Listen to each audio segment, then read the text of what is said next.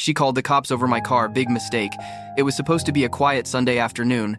I'd only stepped outside to grab my laptop from the car, maybe head back in for coffee. But instead of peace, I found myself face to face with the self-proclaimed queen of the neighborhood, Karen, our HOA president, standing in front of my Honda Civic like she was guarding the gates of Buckingham Palace. She jabbed her finger at my windshield, shouting about some HOA Regulation 47B, subsection 3. The crowd of neighbors started whispering, half convinced she actually knew what she was talking about. Her voice pierced the warm air, shrill and commanding, as if the asphalt itself belonged to her. I calmly told her the truth. This is a public street. HOA rules don't apply here. But Karen wasn't listening. She raised her chin higher, threatening to have the car towed and me arrested.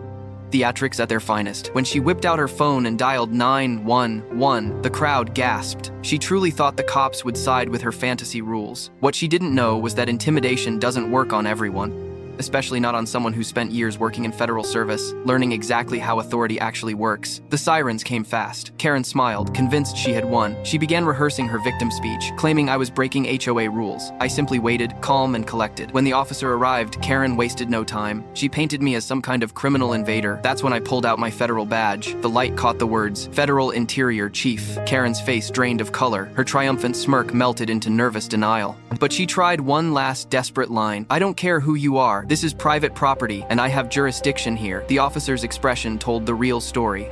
She turned to Karen and said flatly, Ma'am, this is a public street. You don't have authority here. The crowd shifted uncomfortably. Then a neighbor finally spoke up.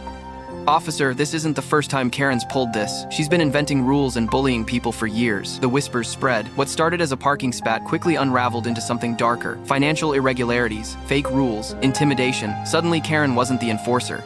She was the one under scrutiny. And when a federal officer has you on record making threats, that spotlight only gets hotter. Karen thought she'd ruin me with a phone call. Instead, she triggered an investigation that exposed just how far her little HOA kingdom had gone. Have you ever seen someone abuse authority only to get caught in their own lies? Drop your story in the comments.